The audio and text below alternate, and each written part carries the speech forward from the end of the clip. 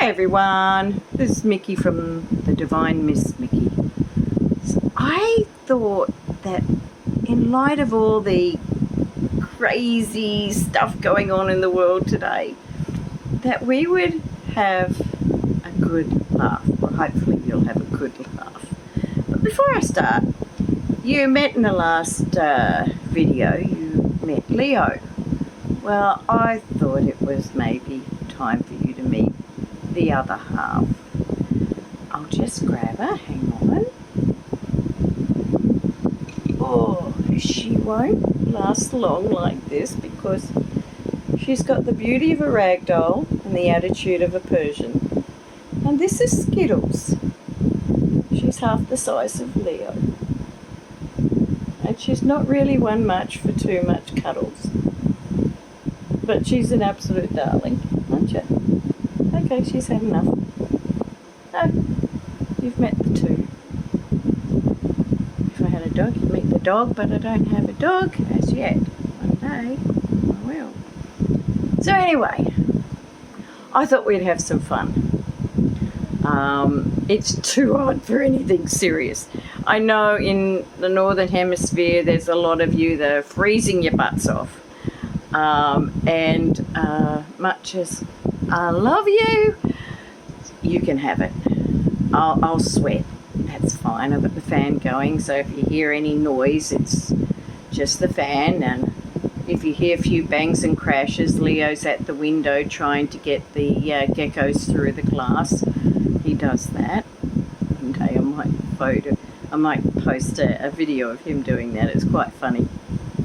So anyway, the subject I wanted to do today was about how you should never piss off a chef. I'm Aussie, we're going to say these things. Now, where this comes from is I've been talking a lot about my dad, and my dad was a chef. He didn't start off wanting to be a chef, he actually wanted to be a journalist.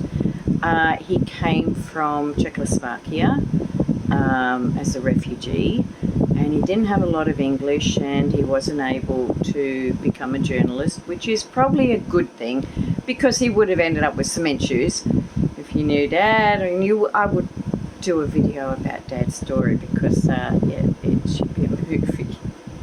But you'll understand, you know, I know everyone says, oh, my dad's this, yeah, well, my dad really was a hero in his country. But he was also quite cheeky, and he had numerous restaurants, mainly in Sydney and in Perth. This is still in Australia. So Sydney is in New South Wales, for those who don't know. And Perth is on the other side of the country in Western Australia. So Perth, the capital of Western Australia. Sydney is the capital of New South Wales. And I was telling someone about a few of the things that had gone on in restaurants. And I thought, well, this would be really cool to tell you all about. So, when it comes to restaurants, it's never a good thing to try and be a smart-ass to the chef. Why would that be? Could it be that the chef makes your food? Maybe. That does not mean the chef is going to do all sorts of things, you know, because you say one thing. But sometimes there are people that come into chefs and all they do is complain over and over and over again. And there are some that come in and they just want to show off. And I'll tell you a smaller story first, and this was in a restaurant in Sydney that was attached to a theatre. I won't give names, some might know. And this rather pompous guy, he was well known in sort of like industrial relations, I think, something like that. He ordered the ravioli, and he decided he was going to send it back. And I was working for Dad, because that's what you do when you owe Dad money. You work in his restaurant. And so I went in. I said, David, I nearly gave his name away. Better not do that. Entertainment purposes only. So anyway, I said, bleep bleep, said the ravioli needed to be al dente. And Dad went, oh really? I said, yeah, he gave me a big lecture on what al dente was. And because he was showing off to people at the table. And Dad went, oh, okay. 5 seconds in the microwave, bit more sauce over the top, took it back out. He said, now that's good. Okay. So sometimes showing off is not always so good, because it can make you look like an idiot. Now comes another time. This was another restaurant, and Dad had this restaurant in Perth, at a well-known beach in Perth. And there was this guy who used to come in and always complain about the curry. The curry was never hot enough. And this happened over and over. Why he came back, who knows? But over and over he came back, he ordered the curry, it was never hot enough. So finally Dad had had enough. Instead of a pinch, it was a handful. So it was so hot, my mum was waitressing for him, for Dad, and she was carrying a plate out here, and her face was red and sweating, and it was like there was steam coming out of her ears. It was so spicy. And put it down, and this guy sweated, and he went bright red, and you know, it was the steam, it was everything. He looked like he was going to have a coronary, and he said that was the best curry he'd ever had. Some people are really weird. But he enjoyed it. And there was another story with the same restaurant, which is not about pissing the chef off, but it's actually quite funny, because it shows that sometimes thieves are not always very bright, because they had a break-in, and they knew it was teenagers or kids because of what they stole, which was alcohol, but particular alcohol. And they had a choice between a normal sized bottle of Galliano, very yellow drink,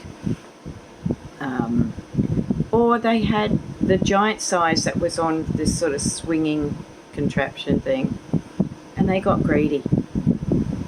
They took the big one, and they struggled with it through the little tiny toilet window that they got in through.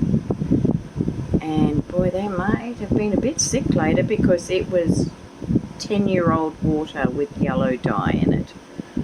So that didn't work. See guys, it doesn't pay to steal, does it? So we'll finish off. Well, I'll do another story after this one. But this is probably the worst story. So I better give a gag warning. Don't eat while you're listening to this. Don't drink. If you've got a queasy stomach, then turn off now, because this could be a little bit interesting. So this was not my dad. This was another chef that Dad knew in another restaurant, and there was a food reviewer. Why did they do that? There was a food reviewer who came in, and he always, every time, showing off to the people he was with, he'd send the steak back. Always. No matter how well it was cooked, the steak always went back. And this chef finally had had enough. You know, enough is enough. How many times is this person going to do it? So he got that steak and he wiped every part of his body. He wiped the bench, he wiped the floor, he wiped the walls. He did everything possible to it. He cooked it up, and the guy said it was the best steak he'd ever had.